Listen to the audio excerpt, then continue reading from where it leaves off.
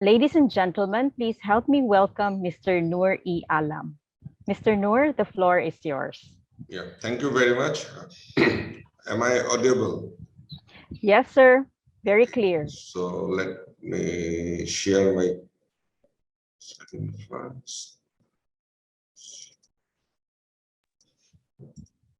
Thank you, sir. We can see your screen now. Give me a minute. All right. So thank you and a very good morning and good afternoon if time zone is there. I am Noor E-Alam from Roads and Highways Department under Minister of Road Transport and Bridges. First of all, allow me to extend our sincere gratitude on behalf of Bangladesh government to UNEP, United Nations Environment Program, Clean Air Asia, Global Fuel Economy Initiatives, and other sponsors who supported us to conduct this study. As Bart was mentioning, many of countries like Bangladesh also did not perform this full economic study before. So it is a privilege for Bangladesh to have a baseline data now, from which we can focus in future how to improve it. And to start from where Bart concluded actually regarding the NDC, Nationally Determined Contribution. I believe you are aware of the commitment of Bangladesh made as 5% business as well and 15% reduction of CO2 with conditional scenario. And in both cases, transport sector were given much weightage to reduce CO2. And one of the key initiative that we are working on 15% improvement in efficiency of vehicle due to more efficient running by 2030. So I believe you understand, which is very much aligned with the global initiative, the study that we have done and the recommendation that we made after the study. So Bangladesh, I believe you are aware of the locations and scenarios, but just to give you a quick idea, it's in the northeastern part of South Asia with the population density close to 1,000 per square kilometer and per capita income is over 2,000 recently. And if you look at the transport share in Bangladesh, before 75 actually, as I mentioned in the earlier slide, Bangladesh is in a delta region. So we got a lot of riverine way for the transport. So before it was quite nearly 50% both passenger and freight transport were done through inland waterway, but gradually up to we got data, though it is old data, 2005, it reaches near more than 80%, and it's still now it is in the same scenario, like more than 80% both passenger and freight are on depending heavily on road transport. And if we look at the vehicle population, light duty vehicles are mostly imported from Japan, India, and South Korea, and heavy duty vehicles are imported mostly from China, India, and South Korea. If you look at the fuel scenario, you can see in the right side of the slide, more than 50% fuel is consumed by transport sector. From 2008, actually, we are also using natural gas, both CNG and recently LNG for the transport sector. Dr. Noor, Yes. if you could put your presentation in presentation mode rather, it's very clear, but I think some people might prefer a larger slide. Um, Is it okay but now? yes, perfect. Thank you, sir. All right. So let's come to our main topic, the fuel economy baseline survey that we conducted. As we also heard from about the key requirements to do this study are the vehicle type, vehicle production year, the fuel used, engine capacity, displacement, which is represented by CC, and the type of fuel that we use. So if we have this data using this different manufacturers information, we can find out the fuel economy of a vehicle and also the CO2 emission that emits per gram per kilometer. When we are in touch with the Clean Air Asia to do this study, uh, Clean Air Asia actually approached to our ministry, and our ministry and nominated myself and another from Bangladesh Road Transport Authority, Mr. Siddhanshu Shekhar, to conduct this study in cooperation with Clean Air Asia. After initiating the study, we were briefed by Clean Air Asia officials how to move on. The first one is we need data, the vehicle data. So BRTA is the sole authority who keep all the data of all the vehicles entering into Bangladesh. And when we look at the database of BRTA, it actually surprised us and also that put us in difficulties to do the study, because one of the key information that we need to do the fuel economy studies, we need the vehicle model and we need the engine displacement. Somehow the database that were developed earlier, these two data was missing. So we are actually puzzled how to conduct this study.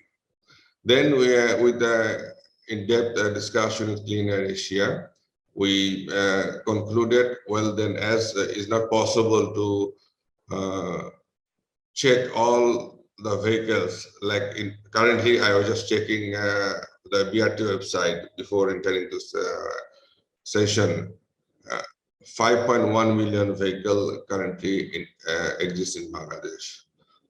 So, however, in discussion with Clean Air Asia, we decided to do some field survey. Field survey to collect the vehicle model and the engine displacement. What we did, when a vehicle is registered under BRTA, they give one unique number. We call it license number, or somewhere it is called registration number. So we picked up the registration number and we noted the model type, and we noted the engine displacement. Then we came back and checked with the BRTA original data, and that's we conducted this field survey and concluded with 50,000 vehicles, and after screening, we surveyed and we took the data for more than 45,000 vehicles. And one thing I need to mention here, you can also see that before 2010, we mentioned that data not available. This is data was available, but the reason is after 2010, actually, BRTA moved from paper-based database to digital database.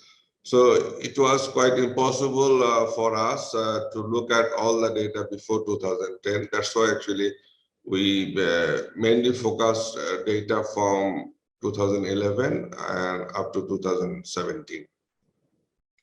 And we focused on Dhaka city because in terms of light duty vehicle, nearly 80% light duty vehicle which were registered in Bangladesh under BRTA placed in Dhaka city. So these are the four types of light duty vehicle that we studied. Car, it is also known as sedan type, and Jeep, SUV, microbus, mostly known as van in the other part of world, and pickup is the light truck.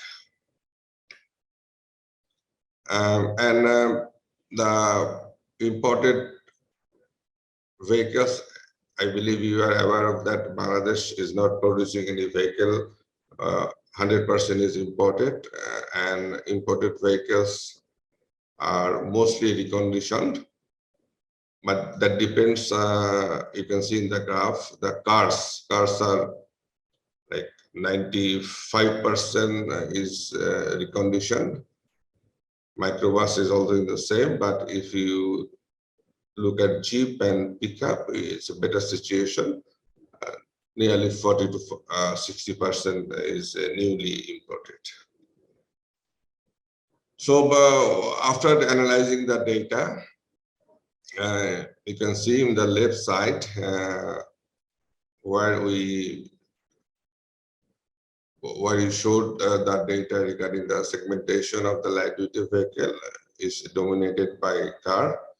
In the right side, we showed the type of fuel that our light duty vehicles are using, and you can see that mostly are gasoline, 77 to 90%, and the diesel used light duty vehicles are less than 20%.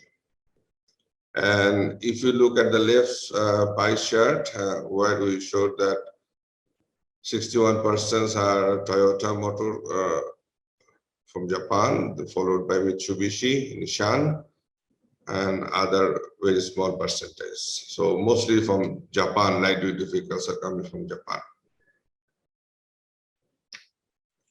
Due to time, and the engine displacement, you can see for the sedan car is below 1500, while the microbus and pickup it is nearly 2500. But as Bart was mentioning, the trend of importing or whatever you say, using SUV with higher CC is increasing recent days. So after doing all the analysis, you can see in the left table, the average fuel economy per year we conducted, and is showing a decreasing tendency, though it is far away from our target, our GFA target. So we need to work a lot.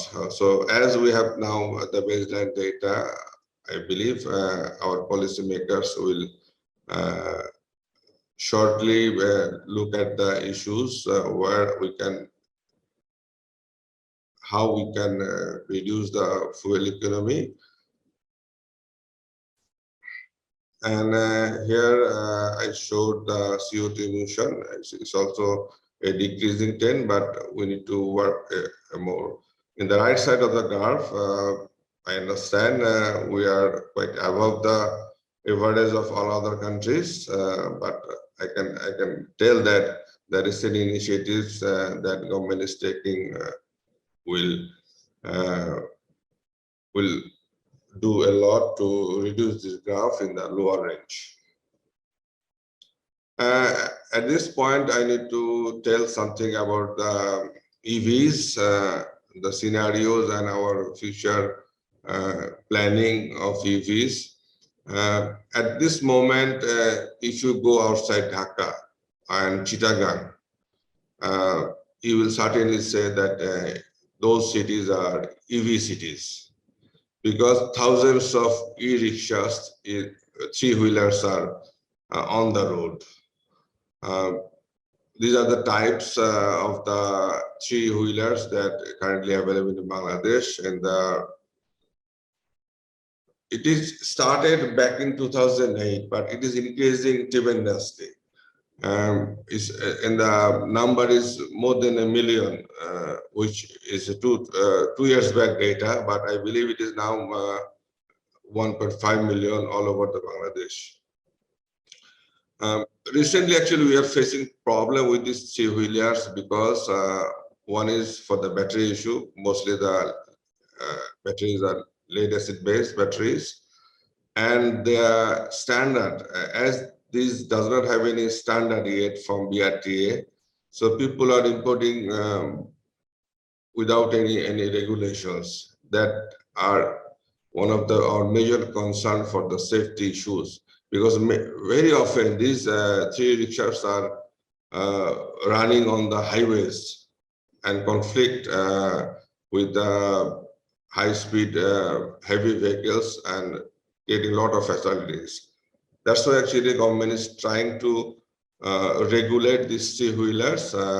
Recently, government passed a policy to register all these three-wheelers under BRTA, and we are also working to standardize these three-wheelers to increase the safety issues. And more recently, actually, government is working to develop a comprehensive electric vehicle policy where the tax issues for the EVs and hybrid vehicles are clearly mentioned. Also, the issues of battery is clearly highlighted in the draft policy. So these are the other policies which are related to fuel economy issues. And lastly, the recommendation after our study. After four stakeholder discussion, and we concluded that with 6 recommendations actually. First of all, the fiscal measure are incentive for the light duty vehicles, and second one is the labeling of vehicles, which is very important, and we need to standardize and put some import restriction, as I mentioned, what is happening with three-wheeler vehicles. Production and importation of low sulfur fuel, regulating and monitoring is very important. And lastly, to give more fiscal incentive for domestic EV and battery manufacturers. Thank you all. So I'm welcoming any questions. I don't know whether it is now or later.